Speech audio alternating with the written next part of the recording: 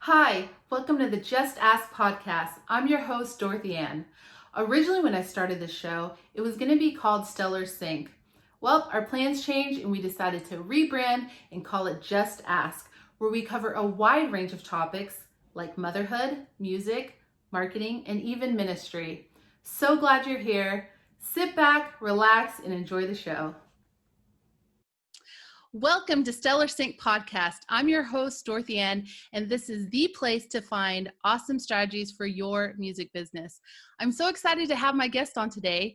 His name is Dave Powers of MountainCityMusic.com, and he's joining us all the way from Denver, Colorado. Welcome, David. Dave, Hey, sorry. well, it's all good. Either way, my mom calls me David. Friends call me Aw, Dave. So you can be a friend instead of my mom. yay.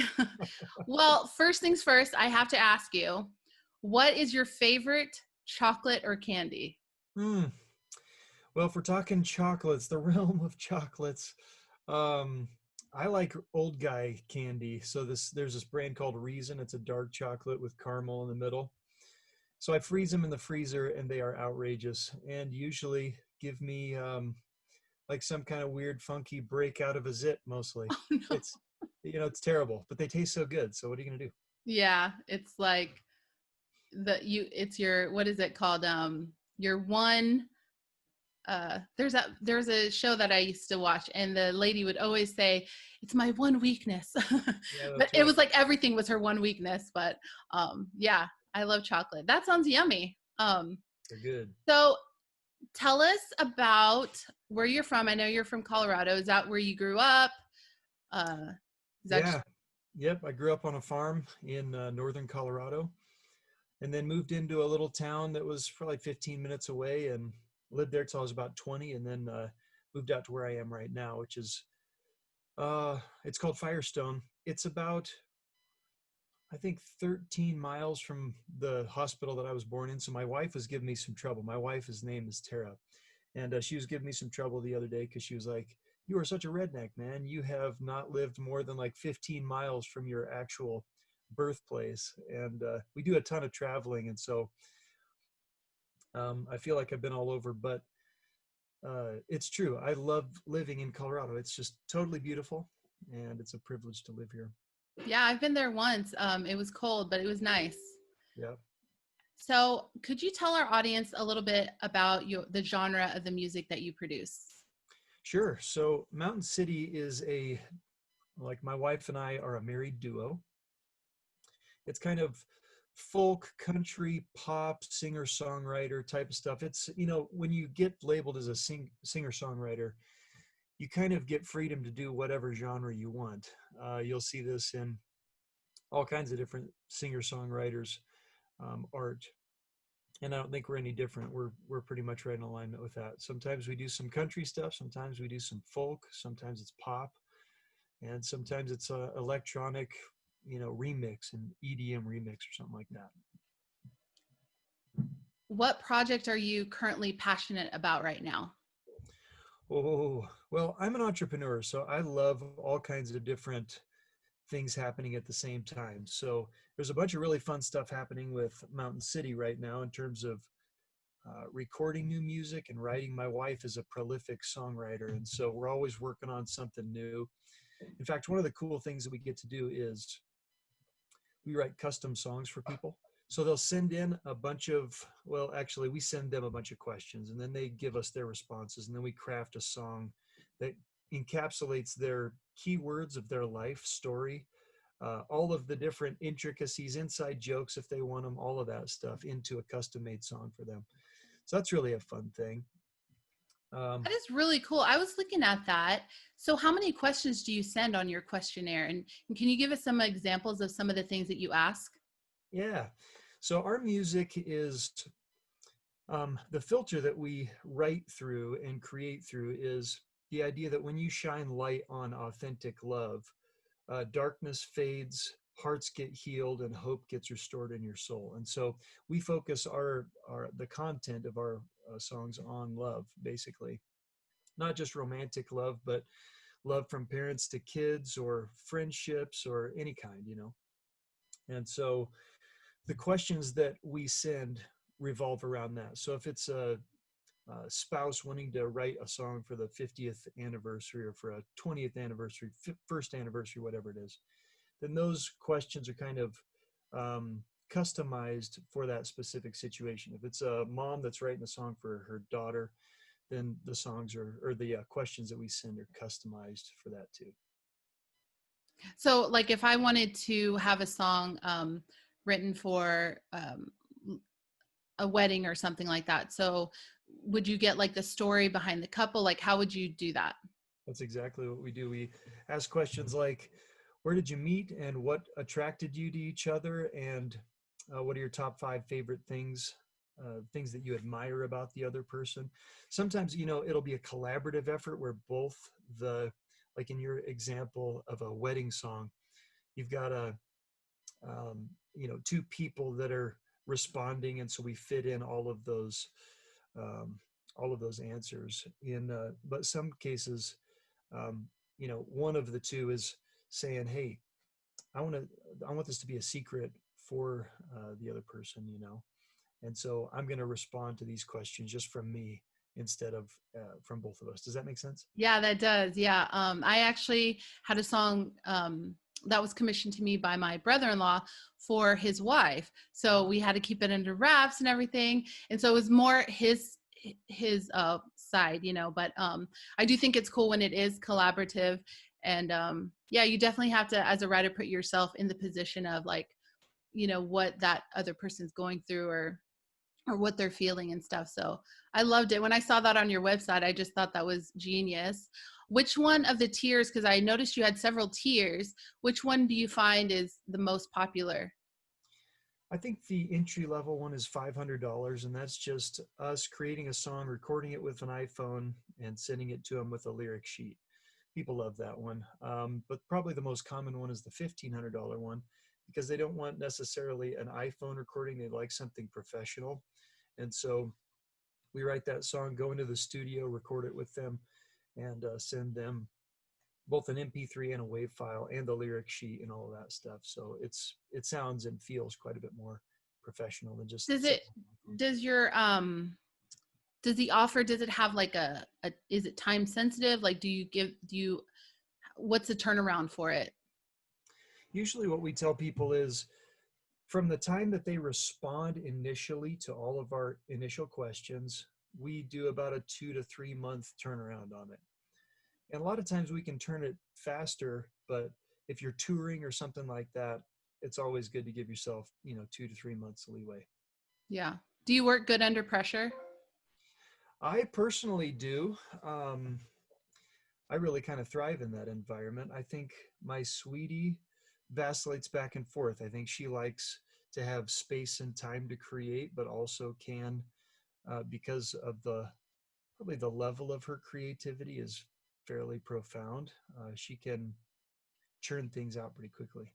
That's awesome. Tara is her name, correct? Yeah. And you guys have been married, is it 16 or 17 years? 17 years this September. Congratulations. Thank you. That's amazing. So we actually have that in common. My husband and I will be celebrating 17 years this July. No kidding. Yeah.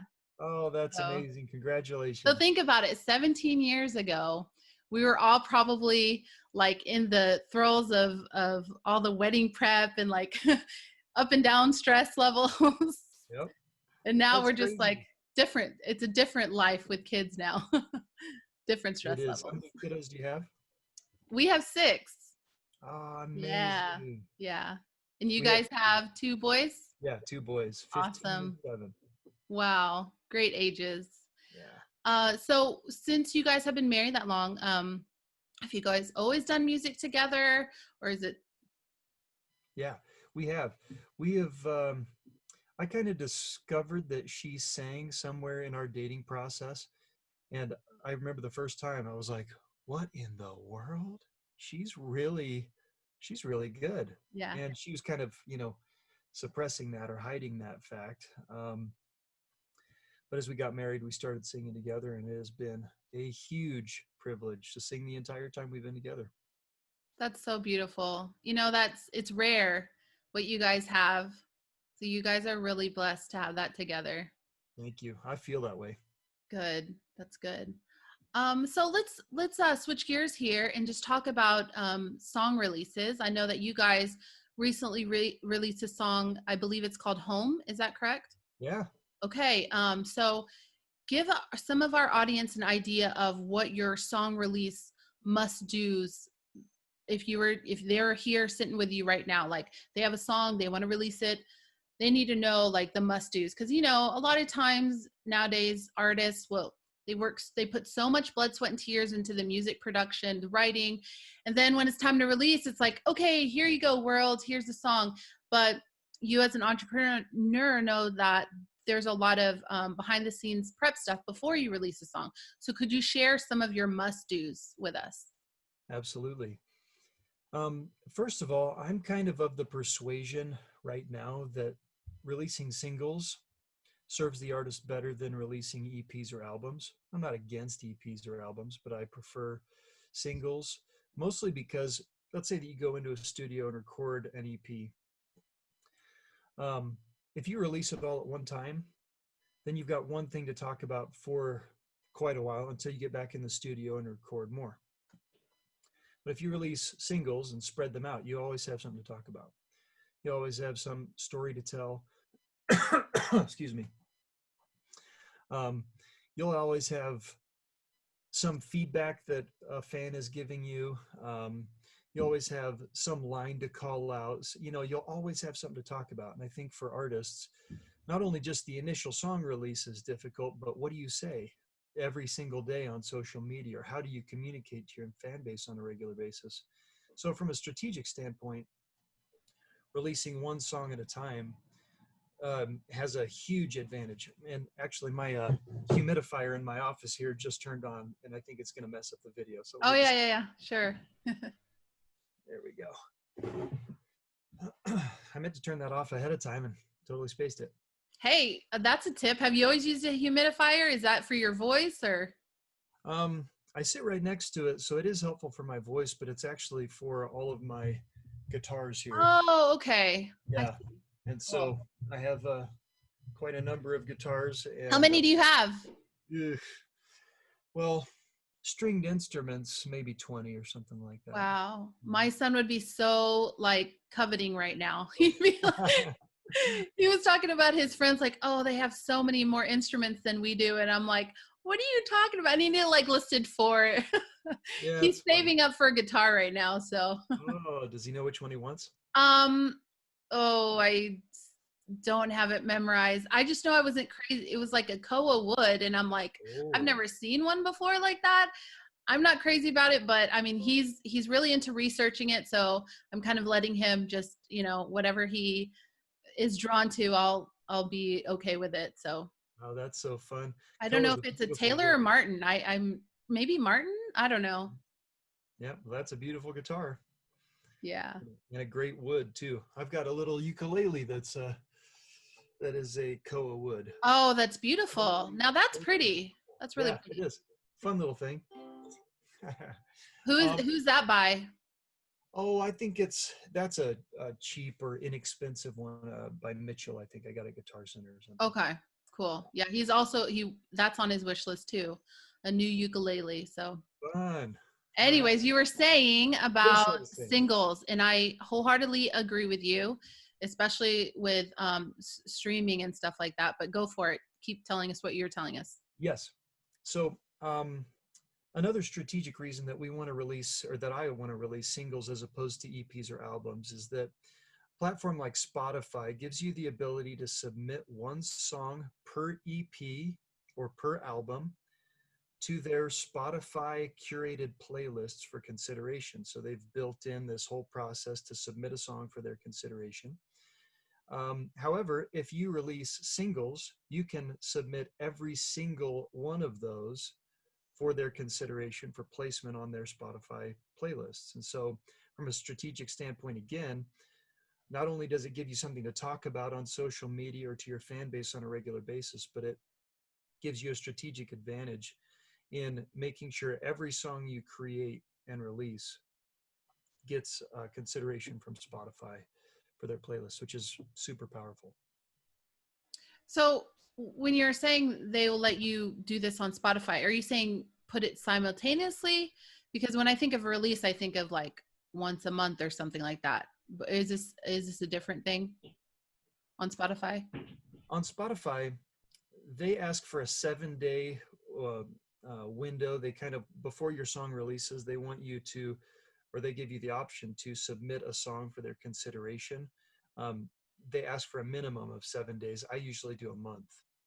And so I'm not sure if that answers your question, but I personally, for a long time, well, for a year or so, we released one song per month. Hmm. And what I felt was the song started getting traction around 6 weeks in. Okay. And so because the process for the release that you were talking about earlier, um, by the time you tell everybody and it starts catching on and getting a little bit of momentum and all that stuff, you're already having a disconnect from that promotion strategy and start telling everybody, hey, I've got a new song coming out. So you kind of sabotage yourself if you release songs too quickly together or too close together. Does that make sense? So if you were releasing one song a month, but you saw that it was um, getting the traction after 6 months, did you still continue to release one song a month?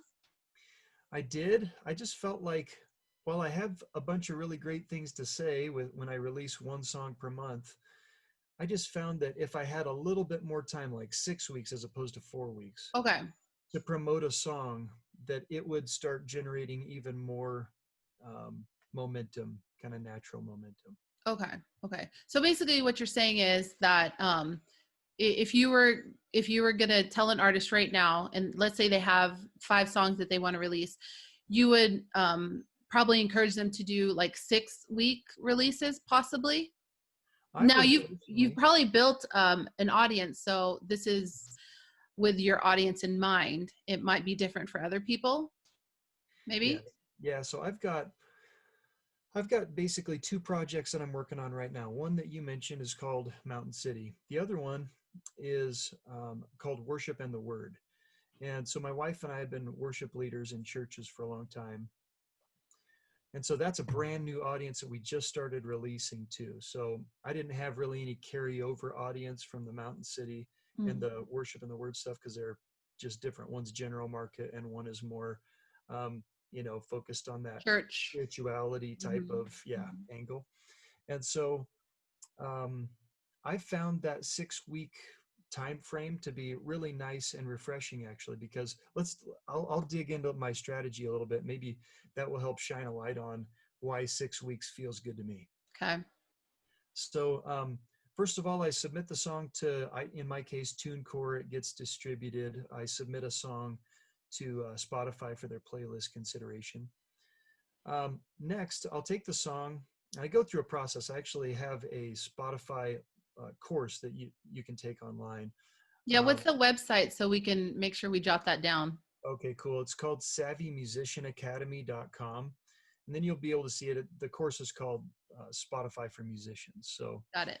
Um, so I teach all this stuff about how to claim your profile, how to submit songs for Spotify's consideration, how to grow your audience. Like in Mountain City's case, I could not build that platform, that Spotify platform, for the life of me. I was so frustrated. I tried every tactic known to man to try to do it, and I couldn't get anywhere. I actually got frustrated and was sitting there thinking one night, and this thought occurred to me about how to reach out to individual playlist curators on Spotify. And so I started implementing that on July 1st, 2017. And by August 20th, 2017, so 6, 7 weeks later, it my monthly listeners had gone from 629 monthly listeners to 62,400 monthly listeners. It was like, oh my goodness, this is amazing. That's And awesome. of course, these numbers go up and down because they're on a 28-day scale. So the monthly listeners that you had 29 days ago, or the listeners that 29 days ago, they drop off, and the listeners you had yesterday get added to it. So it's always going up and down. So um, part of my single release strategy, or my song release strategy, is to spend a bunch of time finding playlists that my song could fit on, reaching out to those curators and trying to get song placements. Another aspect of my song release strategy is um, I do a lot of stuff with individual texts. And so in the marketing world, it used to be that the more money you spent, the more profitable that you could be if you were doing marketing well. It seems like now that component is still there. You can throw money at something and potentially have a good return. But it seems like things are moving in way more of a relational direction. And so maybe instead of spending a bunch of money to promote song, you actually spend a bunch of time promoting a song. And so that's what I do. I individually text friends, family, acquaintances. I individually email people that I've connected with over the years that I think might resonate with the song. Takes forever. Oh, takes forever. And it is really good because people get the sense that they're not being spammed with a mass text or a mass email. Um, and what I find is that the more personal you are in marketing, the more effective you are. So I think that that is a huge key that seems to work well for me.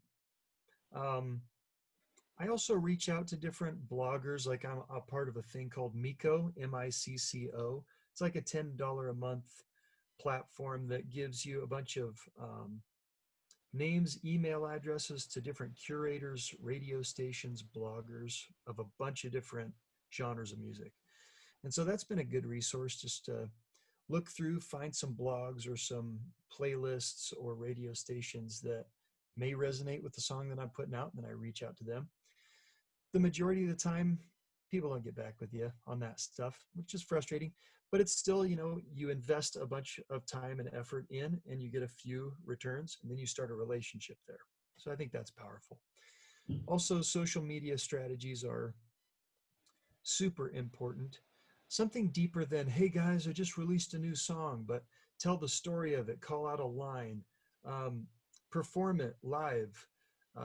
In my case, this is kind of another step that I do in my song release strategy. I have a team of people that I call the loudmouths. They're the Mountain City loudmouths. And what they do is they like, share, and comment on specific posts that I ask them to do. Um, what that does is it increases organic reach on a song that I release. Instead of me paying for it, like on a platform like Facebook, these people actually organically help open up that Facebook algorithm and give a larger organic reach to the song or to the video or whatever I'm inviting them to promote. So I think I have probably 75 people on that particular team right now. And when I ask them to share something, to give a review, whether it's Facebook or iTunes or any other platform, they are beautifully passionate about that. And the cool thing about that is, as I've crafted the Mountain City Loudmouth team, I kind of have another strategy at play, and that is, if you can find 1,000 people on the face of this planet that love and resonate with your music, and if you can then take those 1,000 people and give them opportunities for them to give you $100 in a year, and you just made six figures. So 1,000 people giving you $100 in a year is 100,000 bucks. That's super powerful. And so what I'm doing as I create this loudmouth team is I'm figuring out who our super fans are, who are just crazy about our music and love us. I'm inviting them to help us, but also throughout the year, I give them different ways to invest $100 a year or more. I do that through a partnership idea that I've developed, inviting people to invest in us each month to create new music. I do that through live performances, music sales, online merch, all of those different ways. So I've created some strategic streams of income, and I've created a way to identify people that really love us, invite them into the circle, and then offer them ways to support us. My goal is $100 per person per year.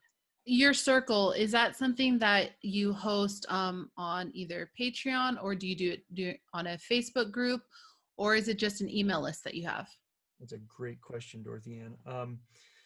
So I looked on Patreon and I noticed a couple of things. One was they usually give like 10 to 15%. They usually take 10 to 15% of the money that comes in. So right away I was thinking, wow, if I built this on my own website, then I recoup 10 to 15% of that money. Well, that's not much when you're talking about $100 a month. You're talking 10 or $15. But if you're making a lot more than that, then obviously I want to recoup that because that's money for our family. And that's important to me. So the second thing that I noticed was, I don't know if you've noticed this, but like culturally, it seems like language is being increasingly censored. You'll see this on a platform like Facebook or Patreon. Both of these platforms want to make sure that nothing offensive is being said.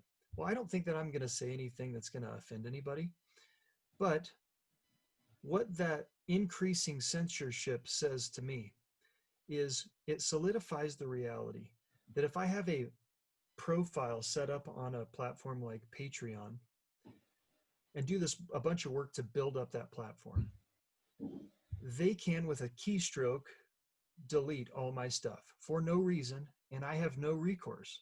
You know why? Because it's not my property. My profile on their platform isn't my property. It's their property, which means if they don't like something that I say or do or whatever, they can just delete it. Same is true with Facebook. And so if you move it to a platform like your own website, you're the only person that can screw that up. And I like that. I like that measure of being able to control that, whether I'm the person screwing stuff up or not. And so for those reasons, I decided to integrate that into our website. And that has been incredible. It has been awesome. So if it's through your website, they basically opt in via email, and then you communicate, or do they also give you their phone number? And that's how you were saying you were texting people. Is your main mode of communication text or email or a combination of both? It's a combination of both. I think my preference is email. However, it seems like what do I want to say? Well, do you get a higher open rate for email? Because isn't industry standards like 20%? Do It you? is. Okay, The open rate on text is way higher. It's like in 90. absolutely, yeah, So I prefer texting. However, it takes forever. yeah. So I kind of go back and forth on that. Like, yeah, what's worth my time more? Is it worth it for me to sit down and text people individually and to realize that there's a 90%-ish open rate? Or is it worth it for me to craft one thing, one email, send it out a few times, target people in something like Drip or MailChimp or something like that? Is it better for me to work that angle or text? And I go back and forth on that. That's frustrating because I want as many people as possible to hear our stuff, but it seems like texting takes forever and email doesn't get the open rate. So I just go back and forth. And it takes forever just because you personalize your text. It's not like you're Yeah. sending like a because I'm sure there's programs out there that you could, shoot, Mm-hmm. if make a generic text and shoot it to everybody, Yep, but you probably personalize it to keep that relationship element in there. I do. Um, let me ask you, what is your stance or your feelings about advertising on your personal page versus your public page? Do you do a combination of both? How do you do that? Are you talking about Facebook? Yes, sorry. Oh, Yeah, you're good. Facebook. Yeah. I unapologetically do things from my personal page because the algorithms are more favorable for personal page than they are for a profile or a band page or something like that. Um, and so I do communicate both, but that's not all I do on my personal page. So a lot of people say, you know, don't use your personal page for your band stuff. Well, I think that's silly. But what some artists do, well, they'll pivot and use their personal profile to just talk about their music. Mm, And I think that that's a mistake. yeah. I agree. Yeah, my husband and I, and we're going to do a podcast on it. We have something called the EPIC strategy, Hmm. and where just helps people brand, like when they think of XYZ, whatever it is that you want your brand to be, they think of you. But it's not because you're always pushing your music or your item that you sell or whatever. It's because you give them entertainment, value, you promote other people. Um, what was I forgot what I was, but C would be the call to action, would be the part where now you can present what it is that you offer, whether it be music or whatever services you provide. So yeah, I think that's really good. And I agree with the Facebook algorithms. And I've surveyed people, and they have said like, yeah, I never see if it's on your fan page. So yeah, post it on your personal. But Hmm. you can hear different marketers will say different things. So it's Yeah. good to know that you do both. Um, all right. Well, we are winding down, but I just want to ask you two more questions before we leave. Of all your songs, what would you say, Dave, is one of your favorite lyrics, and what does it mean to you, just off the Mm. top of your head?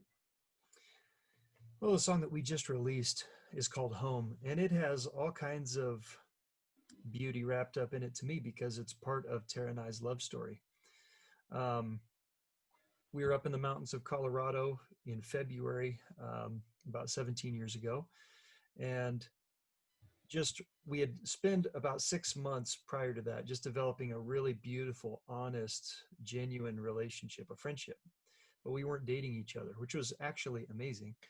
That was not my typical MO. I wasn't normally getting to know someone and appreciating them, loving them as a friend, and then pursuing some kind of romantic interest. It was quite the quite a different strategy that I had in those days. And and in fact, the friendship element of our relationship has been the strength that's helped sustain us for yeah, coming up on 17 years, which is amazing. But we're up in the mountains. I'm playing at an event. She's there, and it was just one of those moments where at the end of the night she's leaving, and we're outside, and the evergreen trees and the pine trees and all that stuff are kind of swirling around us in the wind and the snow. And it was just the song starts out, the smell of pine in the frosty air. We linger on because we don't want to say goodnight, you know. And just a realization in that moment that home was ceasing to be a physical location, and a realization that home was a person. And so that's what that song is about. It's just that revelation, a realization that, whoa, my home is in you. And so that's a really beautiful and special thing to me. That is beautiful. And now, in 30 seconds or less, could you give our audience some last words of encouragement for their music business? Yeah. Um, I would encourage musicians to explore transitioning from a service oriented mindset to a product oriented mindset. And what I mean is, we're trained as musicians to think we have to book shows, we have to schedule things in order to make money. We have to play live in order to, make this business work. And I would say that that is certainly one way that the majority of musicians think. But as I've made the transition from a service-oriented business to a product-oriented mindset, I started realizing that each song that I develop is a product that I can market.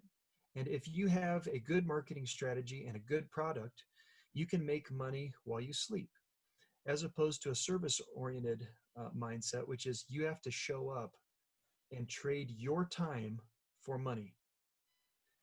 You don't show up to a gig, you don't get paid with the service oriented mindset. And so, with a product oriented mindset, if you market those things well, you can make money while you sleep. So, for me, I have engaged in that process. It's a totally different way to think, but it has been really powerful and beautiful for our family and for our income. Awesome. Well, thank you so much, Dave, for being on this podcast. Again, people can find you at mountaincitymusic.com, correct? Yes, ma'am. Awesome. Connect with Dave, guys. He has a wealth of knowledge, and I'm sure that you're going to love his music. It's beautiful, and gain a lot of wisdom from just checking out that website. So thank you again, and stay stellar. We'll see you soon. Thank you, Dorothy Ann.